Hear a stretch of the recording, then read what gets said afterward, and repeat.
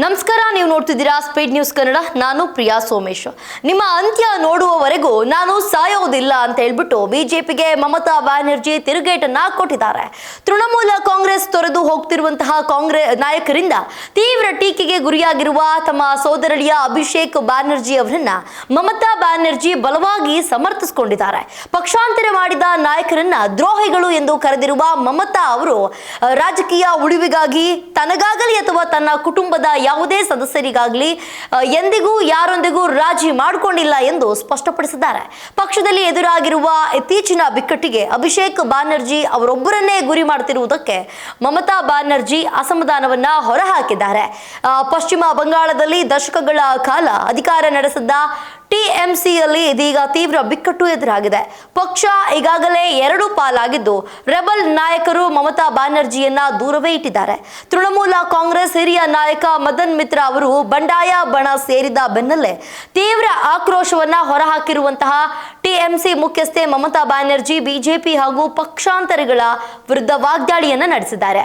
ಪಕ್ಷ ಬಿಟ್ಟು ಹೋಗುವವರು ಹೋಗಬಹುದು ಅಂತ ಹೇಳಿರುವ ಅವರು, ನನಗೆ ಹೃದಯಾಘಾತ ಆಗಲಿ ಎಂದು ಬಿಜೆಪಿ ಬಯಸ್ತಾ ಇದೆ, ಆದರೆ ಅವರ ಅಂತ್ಯ ನೋಡುವವರೆಗೂ ನಾನು ಬದುಕಿರ್ತೇನೆ ಎಂದು ಬಿಜೆಪಿಗೆ ತಿರುಗೇಟನ್ನ ನೀಡಿದ್ದಾರೆ.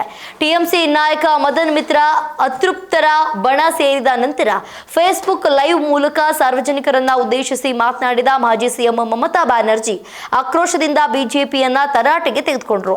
ನನಗೆ ಹಾರ್ಟ್ ಅಟ್ಯಾಕ್ ಆಗಬೇಕು ಅಂತ ಬಿಜೆಪಿ ಬಯಸ್ತಾ ಇದೆ, ಆದರೆ ನಾನು ಬಿಜೆಪಿಯ ರಾಜಕೀಯ ಅಂತ್ಯವನ್ನ ಕಣ್ಣಾರೆ ನೋಡುವವರೆಗೂ ಜೀವಂತವಾಗಿ ಇರ್ತೇನೆ. ಈ ದ್ರೋಹಿಗಳ ಪರವಾಗಿ ನಾನು ಬಂಗಾಳದ ಜನತೆಯಲ್ಲಿ ಕ್ಷಮೆ ಯಾಚಿಸುತ್ತೇನೆ.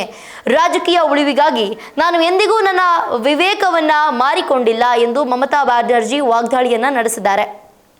ಮಮತಾ ಬ್ಯಾನರ್ಜಿ ಅವರ ಸೋದರಳಿಯ ಅಭಿಷೇಕ್ ಬ್ಯಾನರ್ಜಿ ಅವರ ಧೋರಣೆಯಿಂದಲೇ ತಾವು ಪಕ್ಷ ಬಿಟ್ಟಿರುವುದಾಗಿ ಮದನ್ ಮಿತ್ರ ಆರೋಪಿಸಿದ್ರು. ಇದಕ್ಕೆ ತಿರುಗೇಟು ನೀಡಿದ ಮಮತಾ ಬ್ಯಾನರ್ಜಿ ಅಭಿಷೇಕ್ ಅವರನ್ನ ಕೇವಲ ಒಂದು ನೆಪವಾಗಿ ಬಳಸಿಕೊಳ್ಳಲಾಗ್ತಿದೆ ಎಂದು ಸಮರ್ಥಿಸಿಕೊಂಡಿದ್ದಾರೆ. ಮದನ್ ಮಿತ್ರ ಅವರ ಪತ್ನಿ ಮತ್ತು ಇಬ್ಬರು ಮಕ್ಕಳಿಗೆ ಜಾರಿ ನಿರ್ದೇಶನಾಲಯ ಸಮನ್ಸ್ ಕೂಡ ಜಾರಿ ಮಾಡಿದೆ. ಆ ಭಯದಿಂದಲೇ ಅವರು ಪಕ್ಷವನ್ನ ತೊರೆದಿದ್ದಾರೆ. ಇದರಲ್ಲಿ ಅಭಿಷೇಕ್ ಬ್ಯಾನರ್ಜಿ ಅವರದೇನೂ ತಪ್ಪಿಲ್ಲ ಎಂದು ಮಮತಾ ಬ್ಯಾನರ್ಜಿ ಸ್ಪಷ್ಟಪಡಿಸಿದ್ದಾರೆ. ಅಭಿಷೇಕ್ ಹಾಗೂ ಅವರ ಕುಟುಂಬದವರ ಮೇಲೂ ಸರಣಿ ಸಮನ್ಸ್ಗಳನ್ನ ಜಾರಿ ಮಾಡಲಾಗಿತ್ತು. ಅವರು ಮನಸ್ಸು ಮಾಡಿದ್ರೆ ಕೇಂದ್ರದೊಂದಿಗೆ ರಾಜಿ ಮಾಡಿಕೊಂಡು ನೆಮ್ಮದಿಯನ್ನ ಪಡಿಬಹುದಾಗಿತ್ತು, ಆದರೆ ಅವರು ರಣರಂಗದಿಂದ ಓಡಿ ಹೋಗ್ಲಿಲ್ಲ, ಸತತವಾಗಿ ಹೋರಾಡ್ತಾ ಇದ್ದಾರೆ.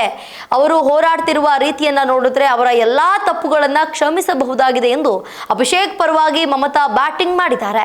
ಬಿಜೆಪಿಯು ತನಿಖಾ ಸಂಸ್ಥೆಗಳು ಮತ್ತು ಪೊಲೀಸರನ್ನ ದುರುಪಯೋಗ ಪಡಿಸಿಕೊಂಡ್ರು ಟಿಎಂಸಿ ನಾಯಕರನ್ನ ಹೆದರಿಸ್ತಿದೆ ಅಂತ ಮಮತಾ ಅವರು ಆರೋಪವನ್ನ ಮಾಡಿದ್ದಾರೆ. ನಾವು ರಾಜಿ ಮಾಡಿಕೊಳ್ಳದ ಕಾರಣಕ್ಕಾಗಿಯೇ ನನ್ನನ್ನ ಮತ್ತು ನನ್ನ ಕುಟುಂಬದವರನ್ನ ಇಷ್ಟು ರಾಜಕೀಯವಾಗಿ ಹಿಂಸಿಸಲಾಗ್ತಾ ಇದೆ. ಒಂದು ವೇಳೆ ನಾನು ರಾಜಿ ಮಾಡಿಕೊಂಡಿದ್ರೆ ನಮಗೆ ಇಷ್ಟೊಂದು ತೊಂದರೆ ಇರ್ತಾ ಇರಲಿಲ್ಲ. ಯಾರು ಈಗ ಪಕ್ಷಾಂತರ ಮಾಡಿದವರೆಲ್ಲರೂ ಸಾಕಷ್ಟು ಕಪ್ಪು ಹಣದ ಲಗೇಜುಗಳನ್ನ ಹೊತ್ತವರೇ. ನಮಗೆ ಇಂದಿಗೂ ಲೋಕಸಭೆ ಮತ್ತು ರಾಜ್ಯಸಭೆಯಲ್ಲಿ 18 ಸಂಸದರ ಬಲವಿದೆ. ಬಿಜೆಪಿಯ ಕಡೆ ಸೇರಿರುವ ಸಂಸದರು ಕೇವಲ ಪೊಲೀಸರ ಭೀತಿಯಿಂದ ಅಲ್ಲಿಗೆ ಓಡಿ ಹೋಗಿದ್ದಾರೆ ಎಂದು ದೀದಿ ವ್ಯಂಗ್ಯವಾಡಿದ್ದಾರೆ.